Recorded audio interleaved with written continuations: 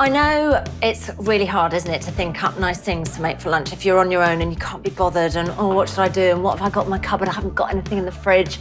So I thought I'd come up with some ideas. So what we're gonna do is mashed peas with an egg on top. We've got the new Ryvita multigrain rye cake.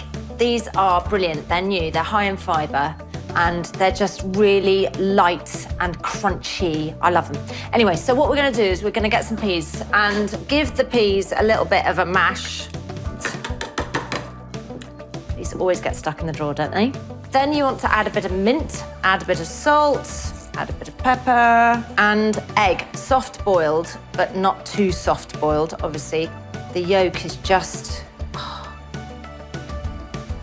oh, look at that, that's really perfect. And then you just spoon out some peas. I'm gonna put it on the plate. Place that on top. Bit of pepper. Nice.